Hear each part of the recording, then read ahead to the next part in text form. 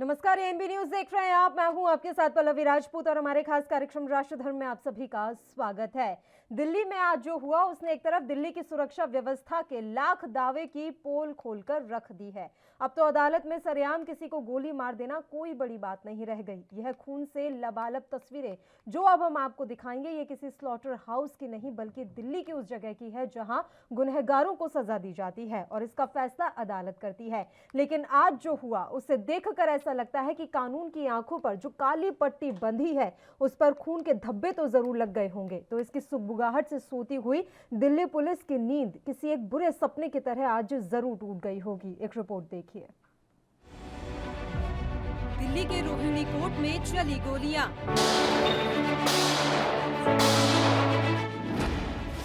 हमलावरों ने गैंगस्टर को बनाया निशाना। पुलिस ने हमलावरों को भी किया ढेर।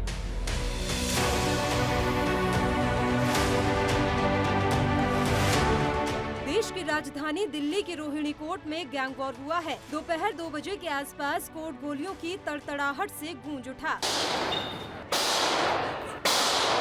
यहाँ मोस्ट वांटेड गैंगस्टर जितेंद्र उर्फ गोगी की गोली मारकर हत्या कर दी गई, जिसके बाद कोर्ट परिसर में शूट आउट हुआ और हमलावरों को भी मार गिराया गया। इस शूट आउट में अब तक 3 लोगों की मौत की पुष्टि हुई है। इनमें से एक जितेंद्र जबकि 2 हमलावर हैं जो कि जितेंद्र पर ही हमला करने आए थे। मोर्चा संभालते हुए स्पेशल सेल के जवानों ने दोनों हमलावरों को ढेर कर दिया।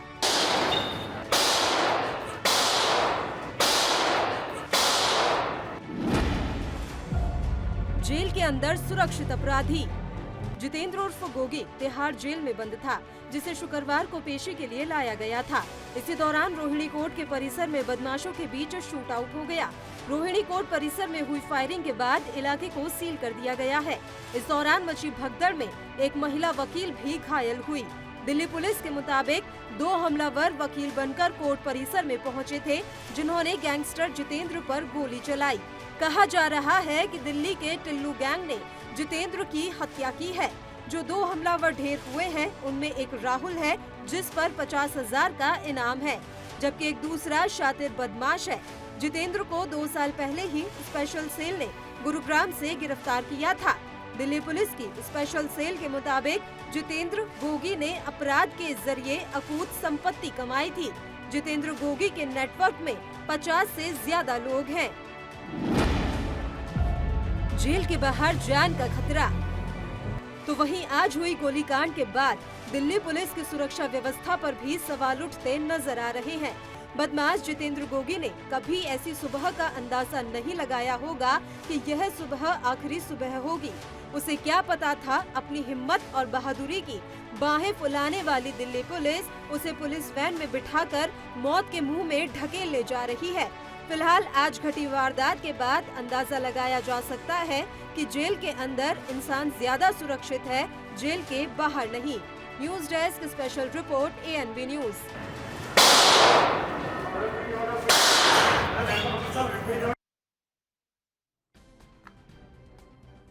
तो राजधानी दिल्ली में आज रोहिणी कोर्ट में गैंग वॉर देखने को मिला है। दिन दहाड़े गैंग वॉर की घटना से दिल्ली पुलिस की नींद टूट गई है और अब इस मामले पर सियासत भी शुरू हो चुकी है। कांग्रेस ने आरोप लगाए हैं कि राजधानी दिल्ली में जंगल राज कायम है और साथ ही उन्होंने कहा कि अरविंद केजरीवाल चुनावी यात्रा में इस समय व्यस्त है। इसके अलावा जानकारी मिल रही है कि शूट आउट से नाराज वकीलों ने अब हड़ताल का ऐलान कर दिया है। दिन दहाड़े गैंग वॉर की घटना से पुलिस की नींद टूट गई है और वाकई में आज जो कुछ भी हुआ रोहिणी कोर्ट में उसने सबकी नींद उड़ा कर रख दी है। बड़ा सवाल यहाँ पर खड़ा हो रहा है कि आखिर किस तरह की सुरक्षा व्यवस्था है यहाँ पर। दिल्ली पुलिस की लगातार थू-थू होती हुई नजर आ रही है। सुरक्षा व्यवस्था के लाख दावे करने वाली दिल्ली पुलिस की आज सबके सामने पोल खुल गई है। जब रोहिणी कोर्ट में इस तरह की लापरवाही देखने को मिल सकती है तो आप सोचिए कि आम सड़क या आम जगहों के तो किस तरह के हालात होते होंगे। यानी कि दिल्ली पुलिस पूरी तरीके से सुरक्षा व्यवस्था के मामले में नाकाम साबित होती हुई आज नजर आई।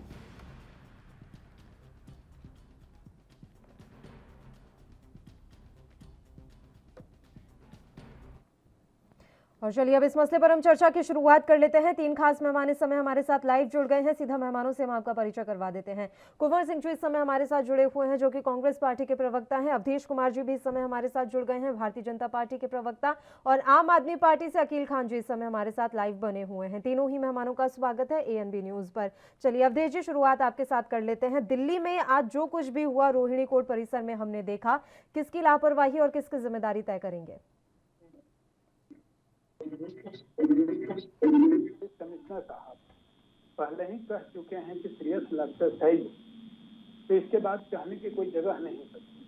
उन्होंने आश्वासन दिया है कि इसकी जांच हम करेंगे और करेंगे भी, क्योंकि अगर रेस्पॉन्सिबिलिटी फिक्स करने की बात आती है तो थोड़ा समय तो लगता है कि आखिर किस रीजन से कैसे हुआ, क्या सिक्योरिटी लैप्स हुआ, क्या इंटेलिजेंस का फेलियर रहा, किस तरह का, क्योंकि ये 2 गैंग के बीच की मामला है।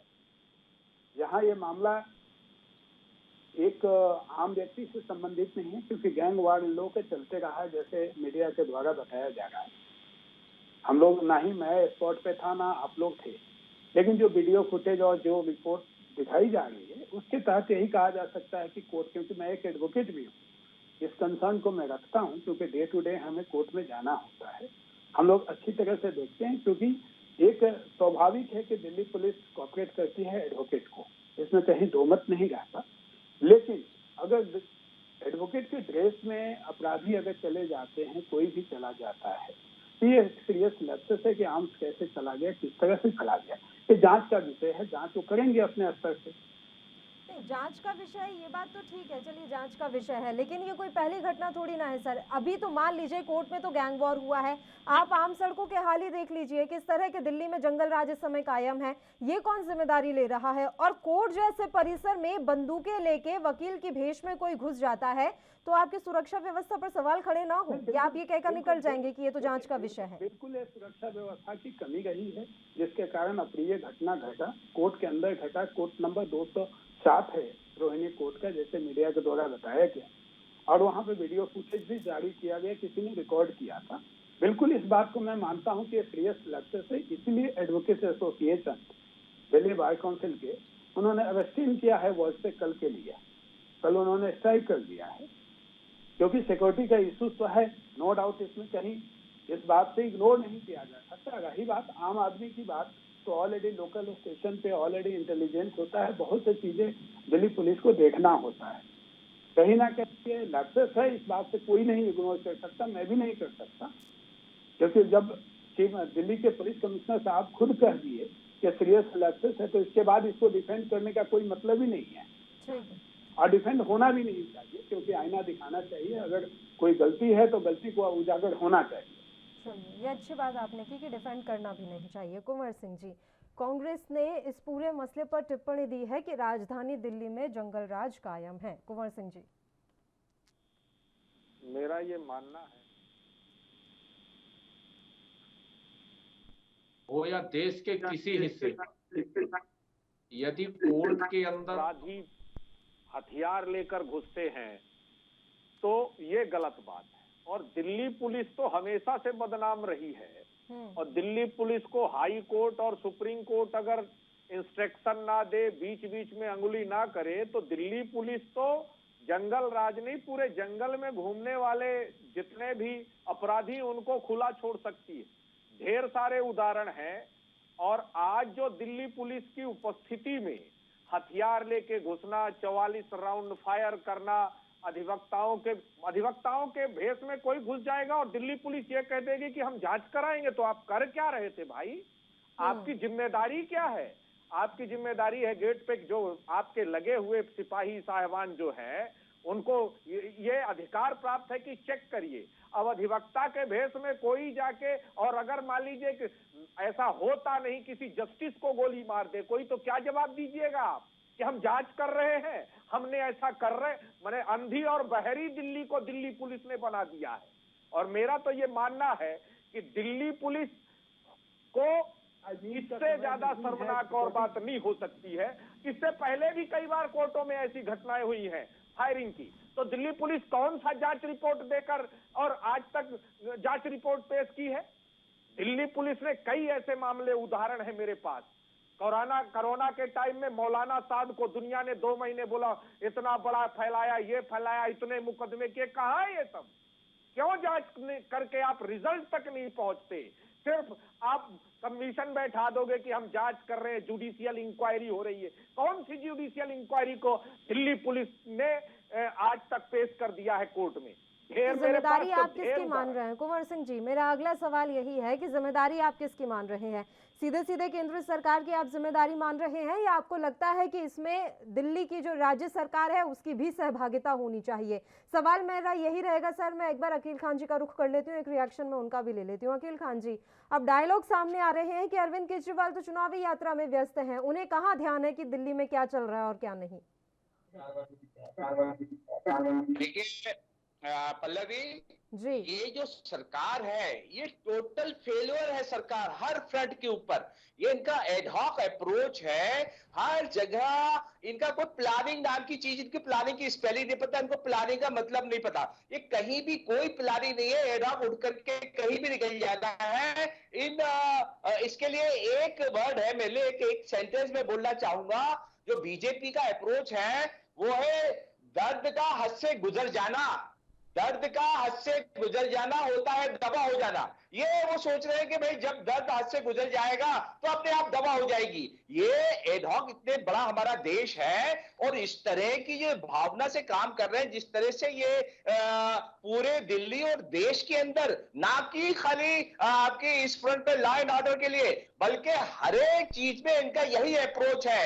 ये चाहे यूएस में चले जाएं, चाहे वो कहीं किसी इंटरनेशनल लेवल पे डिस्कशन हो, या देश की समस्या है, जॉब की समस्या है, और आपका जितना भी देश के अंदर जो पॉलिटिकल, राजनीतिक, सामाजिक और आर्थिक भ्रष्टाचार है, चाहे उसकी बात हो, ये एडहॉक अप्रोच है। और दिल्ली पुलिस का जो रेपुटेशन पहले था, दिल्ली का पुलिस जो 8-10 साल पहले जो रेपुटेशन था, वो पूरा इन्होंने खत्म कर दिया है। और दिल्ली पुलिस को ऐसा बना दिया आम है आदमी पार्टी सरकार के लिए ये बड़ा प्लस पॉइंट हो जाता है कि हमारे पास तो कानून व्यवस्था है ही नहीं, वो तो केंद्रीय गृह मंत्रालय संभालता है। आप आराम से अपनी जिम्मेदारी से भाग निकलते हैं। अमित शाह की गवर्नमेंट के सो रहे। मैं वही तो कह रही हूँ, आप लोगों का ये प्लस पॉइंट है सर। आपके पास बोलने के लिए कुछ है नहीं, मुझे लगता है।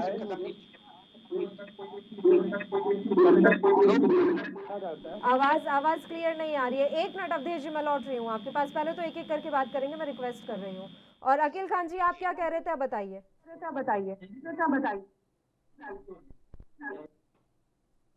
मुझसे पूछ रहे हैं पल्लवी? आपसे ही पूछ रही हूँ मैं सर। पल्लवी जी पहले म्यूजिक बंद कीजिए, पीछे डिस्टर्बिंग म्यूजिक आ रहा है जी। आवाज में कुछ प्रॉब्लम हो रही है, एक बार फिर से फोन लाइन दोबारा पैच करवा लेते हैं सर। काफी ज्यादा हमिंग हो रही है, आवाज बिल्कुल क्लियर नहीं आ रही है आपकी भी। कुंवर सिंह जी, मैं आपका ही रुख कर लेती हूँ सर।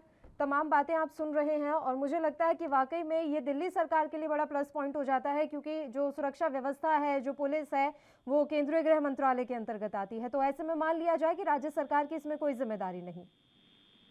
दिल्ली पुलिस की जहां तक बात है, भाई राज्य सरकारें जितनी भी हुई हैं, चाहे वो कांग्रेस की रही हो, चाहे आम आदमी पार्टी की रही हो, उनने समय समय पर मांग किया है। अभी तो केजरीवाल जी एक बार धरने पर भी बैठे थे कि दिल्ली पुलिस को हमारे हवाले कर दीजिए।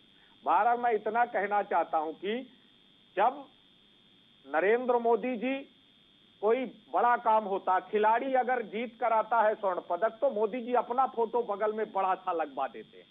अगर सेना सर्जिकल स्ट्राइक करके आती है तो पूरे देश में पोस्टर लगते हैं कि नरेंद्र मोदी जी। तो नरेंद्र मोदी जी जिम्मेदारी कब लेंगे, मैं ये जानना चाहता हूं। कब नरेंद्र मोदी जी कहेंगे कि मेरी गलती से इतनी बड़ी घटनाएं हुई और मैं दुखी हूं। और एक बात मैं और कहना चाहता हूं, हो सकता है, मेरा ये आरोप है कि हो सकता है बीजेपी जो मुद्रा पोर्ट पर, अडानी के एयरपोर्ट में 21,000 करोड़ रुपए के हेरोइन और कोकीन बरामद हुए हैं, इसको जनता देख ना पाए, इसलिए ये गैंगवार कराया गया हो। क्योंकि भारतीय जनता पार्टी का नाम भी भारत जलाओ पार्टी है, ये भगवान का भी इस्तेमाल करते हैं। मैं पल्लवी जी याद दिलाना चाहता हूं, अभी 13 अगस्त को कैलाश विजयवर्गीय जी गए थे उज्जैन के महाकाल मंदिर में, आधे घंटे भस्म आरती को लेट किया गया, और जबकि कोरोना टाइम में गर्भगृह में 1 साल से बंद था किसी भी पॉलिटिकल लीडर का जाना। तो ये तो भैया भगवान को भी साइड में रख देते हैं, ये इस्तेमाल करते हैं। और मैं बिल्कुल कहना चाहता हूं कि आने वाले चुनाव है, ध्यान भटकाने के लिए दिल्ली पुलिस को आगे करके ये अपना कहीं पर निगाहें कहीं पर हटा दिया, साधने का काम करने वाले। बोलिए, अब बोलिए अवधेश जी। ये कह रहा हूँ, कांग्रेस पार्टी तो पूर्वाग्रह से ग्रसित है, इनको पूरा फैमिली के अलावा कोई और दिखाई कहाँ देता है? दिख रहा है ना उन्हें, दिल्ली की सुरक्षा व्यवस्था दिख रही है उन्हें। देखिए, दिल्ली के सुरक्षा व्यवस्था की बात है, ऑलरेडी कमिश्नर साहब का इस पे आ चुका है। दिल्ली पुलिस कमिश्नर साहब कह चुके हैं कि सीरियस लक्ष्य है, स्वाभाविक है कि वो अपना सुदृढ़ करेंगे इस चीज को। गैंगवार है, गैंगवार दिक्कत ये है, आप जो बात बोल रहे हैं उससे अग्री हम कर लेते हैं, लेकिन परेशानी ये है कि लगातार ही इस तरह की वारदातें बार बार सामने आ रही हैं। आपने अभी एनसीआरबी का डेटा भी देखा होगा, उसमें दिल्ली के क्या हालात हैं। अगर मेट्रो सिटी की हम बात करें तो फर्स्ट नंबर पर दिल्ली है अपराधों में। ये कौन कंट्रोल करेगा? रेप के मामले आप वहां पर देख लीजिए, साइबर क्राइम आप वहां पर देख लीजिए, तो उसमें तो वो पूरे देश में नंबर 1 पर हैं। ये किसको कंट्रोल करने हैं? इसकी जिम्मेदारी किसकी है? दिल्ली अपराधों में नंबर 1 क्यों है? राजधानी है ना वो देश की, अपराधों की राजधानी क्यों बना रहे हैं हम उसे? बिल्कुल बिल्कुल, इसीलिए तो एनसीआरबी के डेटा आया तो इससे कहीं कमिश्नर साहब भाग तो नहीं गए। हर एक चीज की रिव्यू होती है, टेक्निकल टीम के साथ में मीटिंग्स होती है, तो डिसाइड करते हैं, उसके बाद होता है। हम एक दिन में किसी चीज को सुधार नहीं किया जा सकता। बहुत आसान तरीका है ये बचकर निकलने का। अकील खान जी, आवाज मिल रही है अब आपको? आवाज क्लियर नहीं है, बैकग्राउंड म्यूजिक आ रहा है, इसको बंद करवा दीजिए प्लीज। पहले ये डिस्टर्ब कर रहा, आवाज क्लियर नहीं आ रही है। और अब मैं ये कहना चाह रहा हूं कि आप ये बताइए, अनुराग ठाकुर जी को इन्होंने वो अपना केंद्रीय मंत्री का प्रमोशन दिया है, कैबिनेट मंत्री बना करके। ये इनका एक डायलॉग था, गोली मारो सालों को। और एक कपिल मिश्रा है, वो भी गोली मारो सालों को कह करके बड़े आराम से एयर कंडीशन घरों में बैठे हुए हैं। आप ये बताइए, दिल्ली के दंगों के बड़े बड़े अपराधी जो हैं, उनको आप अपने संरक्षण में रख करके और देश को क्या दिखाना चाहते हैं कि हम अपराधियों के किंग हैं, हम मोदी जी और जो अमित शाह जी हैं ये अपराधियों के किंग हैं। इनके राज में अपराधियों का जो सोच को बदलिए, देश के अंदर है, सोच को बदलिए, राष्ट्रपति लाइए पूरे दिल्ली को और देश को। तो ये अपराधी और जो आर्थिक अपराधी, सामाजिक अपराधी और ये जो राजनीतिक अपराधी है, इन सबको संरक्षण देने का काम भारतीय जनता पार्टी सरकार कर रही है। क्यों? क्योंकि दुनिया के सबसे बड़े नमूना तो किसान आंदोलन में देख लिए किसका पार्टी का था, जो रेप केस में फंसा हुआ था। सरकार के दिल में खोट है, देश को वो बर्बाद करके सिर्फ अपना एक एजेंडा और जो भ्रष्टाचार का इन्होंने जो तांडव पूरे देश में फैला रखा है, और जिस तरह से लाखों करोड़। अकील खान जी, मैं रोक रही हूँ आपको। दिल्ली पुलिस की प्रेस वार्ता हम इस समय दिखा रहे हैं। इस पूरे मसले पर दिल्ली पुलिस का क्या कुछ कहना है, तस्वीरें दिखाते हैं। कोर्ट में जो दूसरे पब्लिक थे या जजेस थे या वकील थे, उसमें से किसी को कोई इंजरी नहीं हुई है। इनफैक्ट ये पुलिस ने बहुत ही क्लीन और सही तरीके से कार्रवाई करते हुए गैंगस्टर्स को मार गिराया है। जहाँ तक सिक्योरिटी लैब्स का सवाल है, वो अब हम लोग देखेंगे कि कहाँ पे खामी रही है। चूँकि ये लोग वकील की ड्रेस में आए थे, तो इनकी चेकिंग हुई कि नहीं हुई, किस तरह से ये लोग आए हैं, अब ये इन्वेस्टिगेशन का विषय है। दूसरा ये है,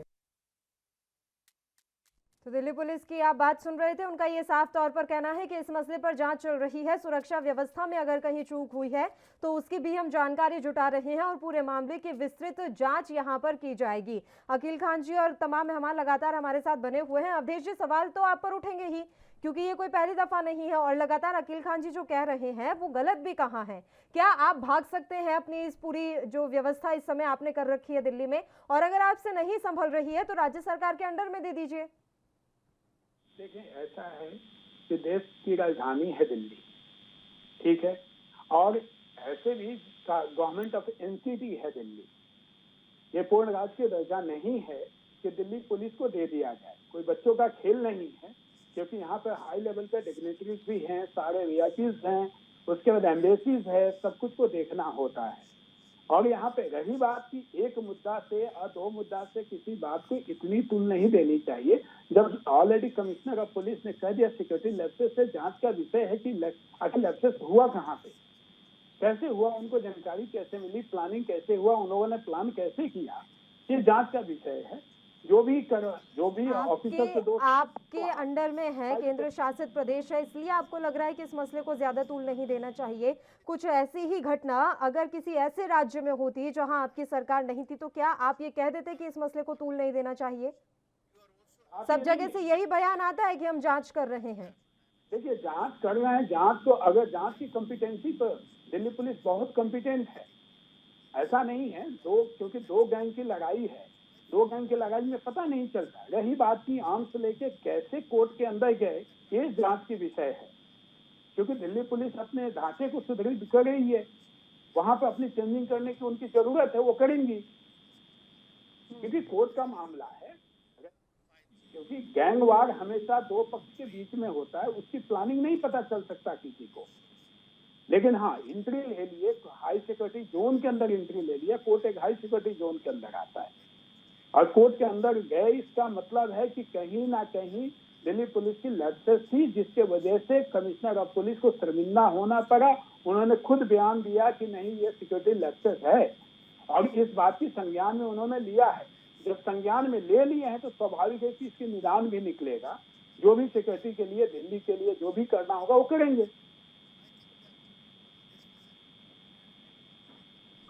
जो कह रहे हैं अवधेश जी, आप उससे इत्तेफाक रखते हैं? उन्होंने तमाम कार्य भी बता दिए कि हमें ये भी कार्य होता है, वो भी कार्य होता है, दिल्ली पुलिस यहाँ पर भी व्यस्त रहती है, वहां पर भी व्यस्त रहती है। तो इन कार्यों की आड़ में क्या हम ये मान लें कि दिल्ली पुलिस की व्यस्तता है, इस वजह से राजधानी में क्राइम बढ़ रहे हैं? ऐसी बात नहीं, हर एक की ड्यूटी को बांटा गया है। अगर पुलिस स्टेशन के अंदर है लॉ एंड ऑर्डर का, तो उनका होता है। कोर्ट फरमाइशेस की बात है तो कोर्ट फरमाइशेस में ऑलरेडी डिप्लाई किया हुआ है, उनकी कहीं ना कहीं चूक रही है, जिसके वजह से तो उनके ऊपर रेस्पॉन्सिबिलिटी जरूर फिक्स की जाएगी कि इसमें दोषी कौन है, और उस दोषी को सजा भी मिलेगा, डिसिप्लिनरी एक्शन होगा। ऐसा तो नहीं कहा उन्होंने कि मैं सजा नहीं दूंगा या डिसिप्लिनरी एक्शन नहीं लूंगा, लेकिन जब तक जांच में ये पता चले कि कैसे एंट्री कैसे मिली, किसी को पता नहीं चला कि कैसे एंट्री लिए। अभी तो सीसीटीवी ऑलरेडी इंस्टॉल्ड है, वहां पे वो देख रहे होंगे। चलिए, अभी मैं अगर कुंवर सिंह जी का मीडिया रुख कर ट्रायल लेती बना हूँ। दे तो फिर बिल्कुल, कुंवर जी, मेरी आवाज मिल रही है आपको? बिल्कुल बिल्कुल पल्लवी जी। बताइए सर, जो भी सारी बातें कह रहे हैं अवधेश जी, क्या आप उनसे इत्तेफाक रखते हैं? मैं तो दिल्ली पुलिस कमिश्नर की बात को जरा सा ध्यान में लाना चाहता हूँ देश के सामने। उन्होंने कहा कि दिल्ली पुलिस इतनी व्यस्त होती है कि हमको और बहुत सारे काम है। तो मैं जनाब दिल्ली पुलिस कमिश्नर साहब से एक जानकारी जानना चाहता हूं कि होम मिनिस्ट्री या प्राइम मिनिस्टर को आपने कितनी चिट्ठियां लिखकर दी हैं कि हमारे इतने सारे कामों में दिल्ली पुलिस व्यस्त है, इसलिए हम लॉ एंड ऑर्डर कायम नहीं कर सकते, या आपने ऐसी कितनी चिट्ठियां लिखी हैं कि हमको इन कामों से मुक्त किया जाए क्योंकि लॉ एंड ऑर्डर हमको बहाल करना है या लॉ एंड ऑर्डर को बनाए रखना है। बीजेपी के साथी कह रहे थे पुलिस कमिश्नर ने जिम्मेदारी ले ली। यही तो है भारतीय जनता पार्टी। गलती हो सिस्टम खराब है, गलती हो फल्ले ने जिम्मेदारी ले ली, और अगर कोई अच्छा हो तो नरेंद्र मोदी जी का फोटो लग जाता है। भैया अच्छा है, ये हमारे यहाँ गांवों में एक कहावत है कि मीठा मीठा खा लो, कड़ू कड़ू फेंक दो।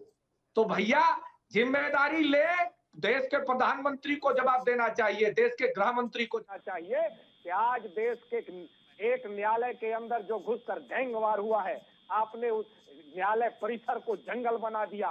न्यायालय परिसर को आपने पुलिस और गुंडों की मुठभेड़ का रेंज बना दिया, जिस पर गोलियां चल रही हैं, और एक दो राउंड हो 44 गोलियां चल रही हैं। इसकी जिम्मेदारी देश के गृह मंत्री को लेना चाहिए। और मैं एक बात फिर कहना चाहता हूं, भारतीय जनता पार्टी के लोग सिर्फ दिखावा करते हैं। अभी आम आदमी पार्टी के याद दिला रहे थे कपिल मिश्रा और अनुराग ठाकुर का, और मैं ये भी कहना चाहता हूं देश चलता है संविधान से, और जब जिम्मेदार व्यक्ति लूज टॉकिंग करता है, गलत शब्द का इस्तेमाल करता है और हिंसा भड़काने की कोशिश करता है, अभी जंतर मंतर पर एक और भाजपा के नेता सोनी कुमार एक दिन अपनी बात कह रहे थे और उस पर तो उन्होंने सीधे धार्मिक हिंसा फैलाने का काम किया। आप मुकदमा कायम करिए, पर भारतीय जनता पार्टी के अपने लोगों को रोकना नहीं चाहिए। भारतीय जनता पार्टी को उनको कहना नहीं चाहिए कि आप भारत के संविधान के दायरे में रहकर बात करिए, नहीं तो फिर लॉ एंड ऑर्डर बिगड़ेगा, हिंसा ये होगी। बहुत बड़ी बात यहाँ पर अवधेश जी, कुंवर सिंह जी ने कही है कि अगर कुछ गलती होती है, कुछ बुरा होता है तो आप सिस्टम को दोष दे देते हैं, जैसे कि अभी पुलिस कमिश्नर ने जिम्मेदारी ले ली है। लेकिन कुछ अच्छा होता है तो प्रधानमंत्री की फोटो लग जाती है, कुछ अच्छा होता है तो सारा श्रेय प्रधानमंत्री नरेंद्र मोदी को आप देते हैं। तो जब कुछ बुरा हो रहा है तब वो इसकी जिम्मेदारी क्यों नहीं लेते? फिर आप क्यों जिम्मेदारी से पीछे पैर खींच लेते हैं अपने? Already Delhi police commissioner competent हैं, उनके अंदर सब कुछ है, वो ढांचे को जानते हैं। स्वाभाविक है कि सुदृढ़ उनको करना है। जब उन्होंने जिम्मेदारी ले लिया, कमिश्नर और पुलिस ने ले लिया, तो उसके बाद बचता क्या है? जब कुछ अच्छा होता है तब भी आप सिस्टम को ही यहाँ श्रेय दिया कीजिए ना। तब आप क्यों कह देते हैं कि ये तो हमारे देखिए यशस्वी प्रधानमंत्री के नेतृत्व में हमने ये कर दिखाया? तब हर किसी की जुबान से ये शब्द निकलते हैं। एक्चुअली देखिए, जब फॉरेन में आप जाते हैं, ओलंपिक की बात हमारे मित्र बंधु ने किया, थोड़ी सी सोच की दायरा को लोगों को बढ़ाना चाहिए। इसलिए दायरा को बढ़ाने की जरूरत है, क्योंकि यहाँ देश रिप्रेजेंट होता है, यहाँ राज्य रिप्रेजेंट होता है, राज्य की बात होती है, ये सभी समस्या अलग अलग होता है। लेकिन जब क्लियर आ रही है सर, आपकी आवाज बिल्कुल भी क्लियर नहीं आ रही है, समझ ही नहीं आ रहा है आप क्या बोल रहे हैं। अकील खान जी इस समय फोन लाइन पर हमारे साथ जुड़े हुए हैं। खान साहब, मेरी आवाज मिल रही है आपको? जी जी जी। बताइए सर, एक बड़ा बयान अभी अवधेश जी ने दिया था कि दिल्ली पुलिस को बहुत से ऐसे काम होते हैं, इस वजह से कहीं कहीं ऐसी गलतियां हो जाती हैं या सुरक्षा में चूक रह जाती है, लेकिन पुलिस कमिश्नर ने जिम्मेदारी ली है इस पूरे घटना की और जल्द से जल्द जांच की जाएगी। अकील खान जी। देखिए पल्लवी जी। ये जो बीजेपी ने विशेष कानून बना करके पास करके एलजी को सारी पावर दे दी है दिल्ली की। कोई भी काम अगर आम आदमी पार्टी करना चाहती है तो हमारे मुख्यमंत्री जी को उसे परमिशन देनी पड़ती है, और वो कई ऐसी चीजों की परमिशन नहीं देते हैं जो उनको शूट नहीं करती है, जो मतलब पब्लिक के लिए चाहे बेनिफिशियल हो चाहे नहीं हो, चाहे तो वो अपना बेनिफिट देखते हो। अभी काफी हाईकोर्ट ने अभी उनको लताड़ लगाई थी कि आज ये जगह जगह की चीजों के ऊपर क्या लगाते हैं। तो ये दिल्ली के अंदर पूरी कानून व्यवस्था के इंचार्ज एलजी साहब है, वो अपने एयर कंडीशन कमरे में बैठकर सोते रहते क्या करते हैं। कभी भी जरूरत पड़ती है, इस वक्त जो लाइन आगे की सिचुएशन है उसका उनका सबसे बड़ा रोल होता है। उस टाइम आगे आकर के ये अगर इस तरह से दिल्ली की जनता को कॉन्फिडेंस में नहीं ले सकते तो ये हमें देने, अरे हम आपको 1 महीने के अंदर पूरी दिल्ली की शासन व्यवस्था है सब ठीक करके देंगे। चैलेंज है हमारा, मोदी जी और अमित शाह जी दोनों को हमारा चैलेंज है कि अगर पुलिस अगर दे गई कानून व्यवस्था, पूरे दिल्ली के अंदर जितने भी बदमाश है, भाजपाई और जितने भी अपराधी लोग हैं, ये दिल्ली के अंदर दिल्ली से भागते हुए नजर आएंगे। ये हमारा चैलेंज है। और बीजेपी के लोगों से मैं कहना चाहता हूँ कि अगर दिल्ली देश के लिए, दिल्ली के लिए जरा भी उनके दिल में कोई जगह है तो फौरन हट जाए, क्योंकि आप टोटल फेलियर हो चुके हो, हर फील्ड में फैल चुके हो। अगर दिल्ली के है तो हम पार्टी को आप साथ लेकर के चलिए, और नहीं है तो आप दे दीजिए हमें दिल्ली पुलिस, हम बैठे सब ठीक कर देंगे 1 महीने के अंदर।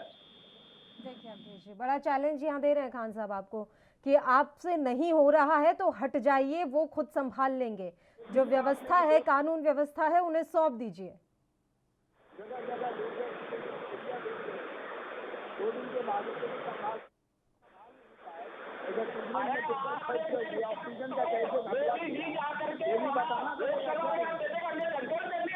कितना शर्त की बात है, वो उल्टा झूठ बोल करके जिम्मेदार भाजपा ही है। भाजपा सरकार ने जो कोरोना को मिसहैंडल किया है, बेवकूफ बनाया देश की जनता को, उसके वजह से 40 लाख लोग मारे गए हैं कोरोना से, 40 लाख से ज्यादा। उसके लिए बीजेपी के लोग जिम्मेदार हैं, उनके ऊपर केस करना चाहिए। According to constitution of India 21 constitution है हमारे इंडिया का, राइट टू लाइफ, उसके अगेंस्ट में प्रधानमंत्री और गृह मंत्री के विरुद्ध केस दर्ज होना चाहिए। मरवाने के बावजूद भी आप किस तरह से लापरवाह स्टेटमेंट दे रहे हैं, आप झूठा स्टेटमेंट दे रहे हैं, आपको शर्म आनी चाहिए। और कोई बात चलिए एक एक करके बात करेंगे। ठीक है ठीक है ठीक है ठीक है, एक एक करके बात करते हैं। बताइए अवधेश जी, अब आप अपनी बात रखिए। सलीम जी ऐसे व्यक्ति को बैठा दिए हैं जो मन पुस्तक जो है बनी से बनी रिश्तेदार है, पैसे देने की आदत की नहीं है। होगा ना।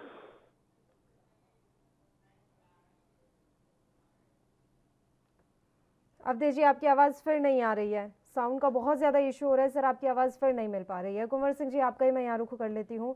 आप देख रहे होंगे, दोनों पक्षों की बात भी सुन रहे होंगे, और यहाँ तो खान साहब साफ तौर पर कह रहे हैं कि आपसे नहीं संभल रहा है तो हट जाइए, हम ही संभाल लेते हैं, सुरक्षा व्यवस्था राज्य सरकार के हाथ में ही सौंप देनी चाहिए। कुंवर सिंह जी बिल्कुल, अगर वो कह रहे हैं, और मेरा भी ये मानना है, दिल्ली पुलिस ने जिस तरह से देश में दिल्ली राजधानी है और राजधानी में लोगों का ये हाल है, और अब बढ़ते हुए अपराध, चाहे वो हमारी बहनों के साथ अत्याचार हो, चाहे उनके साथ उत्पीड़न का मामला हो।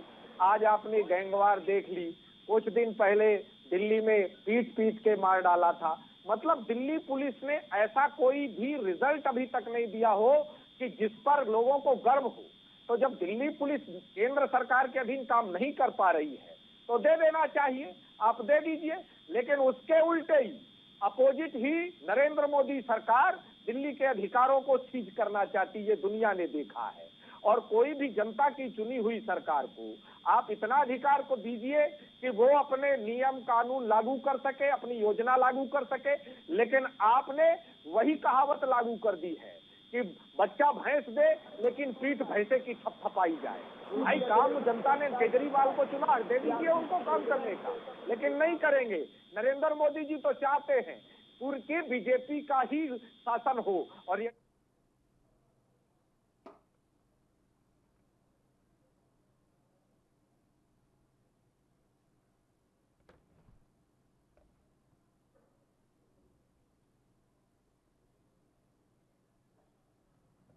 चलिए, दोनों की आवाज़ नहीं मिल रही है, एक बार फ़ोन पैच करवा लेते हैं तो हम आपको यहाँ पे पूरे मसले की एक बार फिर से जानकारी दे दें कि दिल्ली के रोहिणी कोर्ट में आज दिन दहाड़े जिस तरह की गैंग वॉर की तस्वीरें सामने आई हैं उससे दिल दहला दिया है। और एक बार फिर से सवाल खड़े हो गए हैं कि आखिर दिल्ली की जो कानून व्यवस्था है, जो सुरक्षा व्यवस्था है, वो किसके ज़िम्मे है। अगर इसी तरह के हालात बने रहे तो वो दिन दूर नहीं है जब वाकई में दिल्ली देश की राजधानी ना होकर अपराध की राजधानी बन जाएगी। और लगातार एक के बाद एक कई ऐसी घटनाएं यहाँ से सामने आई हैं, और एनसीआरबी की जो रिपोर्ट है वो भी डराने वाली रही है। ये बात साफ तौर पर रिपोर्ट में सामने आई है कि देश की राजधानी दिल्ली जो है क्राइम में नंबर 1 है, खासकर साइबर क्राइम जो है वो लगातार यहाँ पर बढ़ता जा रहा है।